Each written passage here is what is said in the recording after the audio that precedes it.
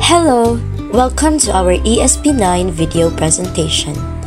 In this video, we will interview Wisdomians about their dreams and pursuits in life, revolving around the question, ano ang pangarap mo nung bata ka pa? Magandang araw sa inyong lahat. Ako po si Eran Bulagaw, nagmula sa Grade 9 Justice at kasama ko po si Angela Tabunan po from Grade 9 Liberty. At mayroong itatanong lang po ako sa iyo. Ano ba ang pangarap mo nung bata ka pa? Nung bata pa ako, pangarap ko maging teacher. Ito pa ba ang pangarap mo ngayon? Hindi na po. Ngayon, ang pangarap ko na ay maging medtech. Nasunod mo o natupad ba ang pangarap mo? Tutuparin pa lang. So, not yet. Ano ang mga bagay na inyong isinaalang-alang sa pagpapursige? The things that I've considered para tuparin aking pangarap or sundan ay kung nasisiyahan ba ako nito or makukontento ba ako nito pag patagalan or kung importante ba ito or convenient para sa aking hinaharap. Inayon mo ba ang iyong pangarap sa iyong interest, skills at intelligence? Inayon ko ito base sa aking kakayahan. Ano ang maipapayo mo para sa amin? Ang maipapayo ko para sa inyo is piliin nyo ang kurso na mapapasaya sa inyo at doon kayo makukontento at pipiliin nyo dapat ang kurso na hindi kayo nahihirapan or hindi ito nagiging parang ayaw nyo na kasi Salamat sa pagkikila ko sa aming panayam. Hello everyone, I am Yuli Grace Mantilla of Grade 9 Justice and we're here today with... Hi everyone, my name is Raven. I am a grade 12 student under General Academic Strand. We're here to interview him regarding his dreams and his pursuits in life. So my first question, Kuya Raven, is ano ang pangarap mo nung bata ka pa? When I was young, I dreamed of becoming a doctor because aside from it was a trend before, it was also a universal dream. I think everybody wants to be a doctor man when they're a kid. Yeah. Is it still your dream even now? Unfortunately, no. I no longer want to be a doctor. So, natutupad ba or are you working towards being a doctor now? Unfortunately, I am not working on becoming a doctor now because I am focusing on another degree, especially when I receive my USAPAT result. I am pursuing another dream of mine, which is economics. Ano ang mga bagay na iyong isinasaalang-alang sa iyong pagpupursige? Before, I really wanted to be a doctor because aside from it was a trend, it was also an influence by my family. And other than that, I always assess myself if I can excel in this area. And before, I am really interested in science. And that's where I figured it out na maybe medicine is for me. However, now, no na siya. So, I'm glad na you got your own way and hindi ka nagpaano sa family mo. But that's still good. So, my last question is, this is the most important question because you as the SSG president have such a big and positive impact on us. So, ano ang may papayo mo para sa amin? My advice to every student, especially to junior high school, is that never be complacent. Just because you can do things on your own doesn't mean you have to do it alone. Because that's the purpose of your comrades and your classmates, to help you. So, I wish all of you luck and good grades. That's why my only advice is do not be complacent. Ask help if you are having a hard time. That's all. That ends our interview with Kuya Raven. Now we will say bye. Thank you. Good afternoon everyone. Ako po si Mia Johanna Lanasin at ngayon ay nandito po tayo sa Davao Wisdom Academy at kasama ko po si Janelle Navarro. At ngayon sa kabanatang ito ay atin siyang i-interview at meron akong mga inihandang tanong sa kanya. Unang-una sa lahat, ano po ang pangarap mo nung bata ka pa? nung bata ako, I always dreamed to be a flight attendant. Oh, I think bagay yun sa'yo. And ngayon, nasunod ba ito or natupad? Unfortunately, hindi po siya nasunod kasi hindi kaya ng budget ng mama ko na nagpapaaral sa akin. Oh, that's ano. Pero inayon mo ba ang iyong pangarap sa iyong mga interest, skills, or anumang kakayahan mo sa buhay? Yes, kasi interesado talaga akong makasakay ng aeroplano nung bata ko. And I always know that I am well educated when it comes to English, and I guess it's a great skills when it comes to being a flight attendant. So relatable. And pinaka-importante sa lahat at last question is, ano po ang maipapayo mo para sa amin at sa mga nanonood? Okay. Siguro just follow your heart and follow your dream. Kasi kung ano yung plinano mo nung bata ka, I believe it's the healthiest dream you ever had in your life. Yun lang po. Thank you at that's so motivational. Bye! Hi everyone, I am here with my mom to interview her about her dreams and pursuits in life. Hi, I'm Leilani. And I'm Yuli. So my first question is, ano ang pangarap mo nung bata ka pa? Actually, madami akong pangarap when I was young. Until I end up saying, I wanna be a teacher.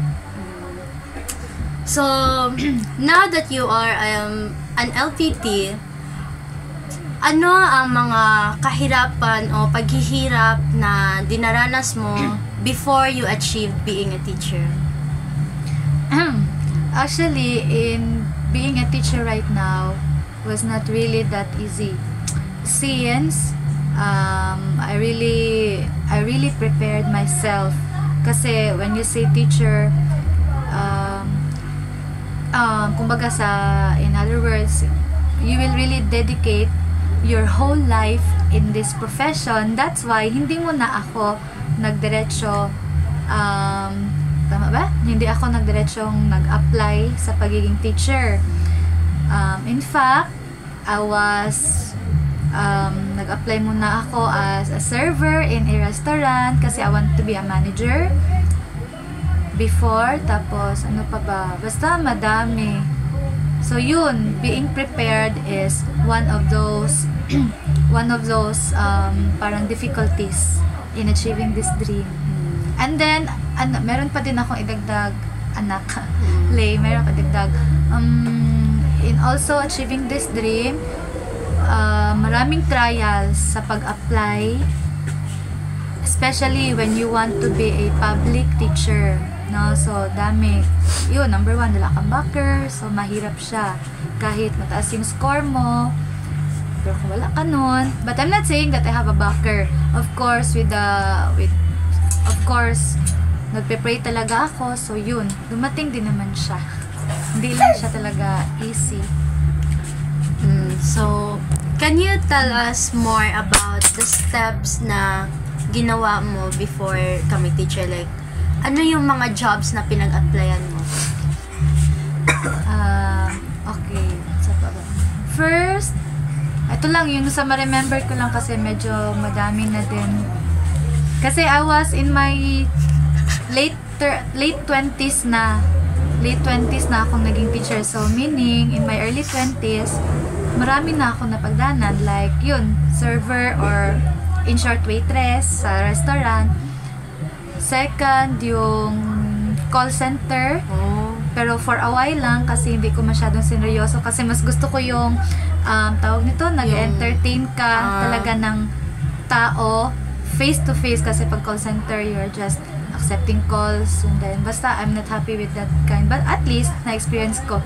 And then nag-server ako, tapos sa tutorial din, although in line siya into my parang profession, but ayun na, bigla ding nag-end.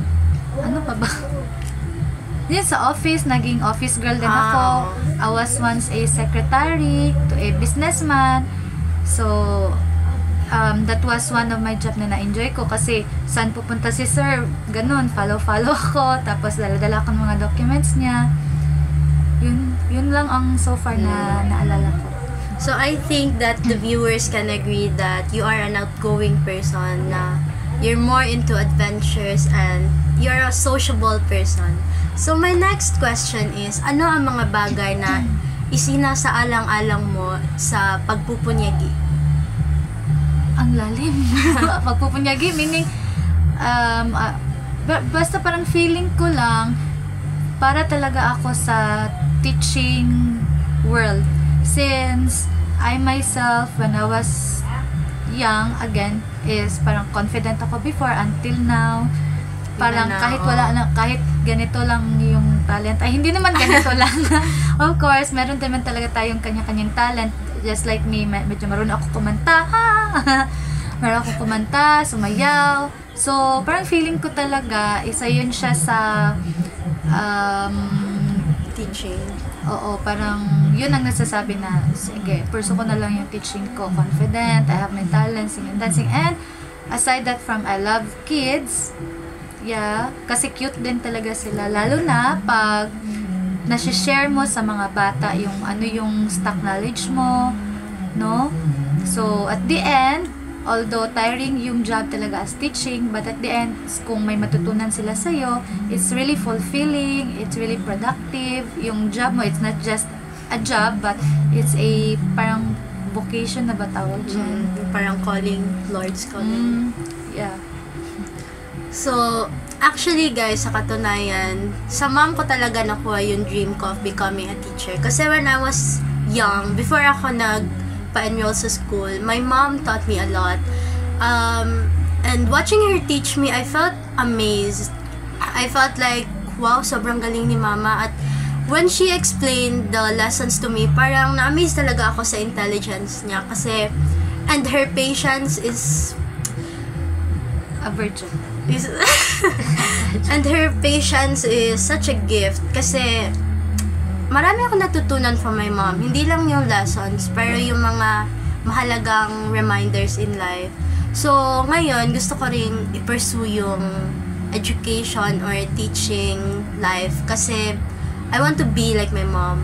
So, my next question, my last question actually, ano ang mapipayo mo sa mga kabataan na kagaya ko? Na nangangarap. Ang masasabi ko lang is that very simple. You just follow what your heart is saying. If your heart says you want to do this, so then go for it. Ganun lang. Ganyan naman talaga sa buhay. May gusto ka, pero hindi naman talaga basta-basta na-achieve yan.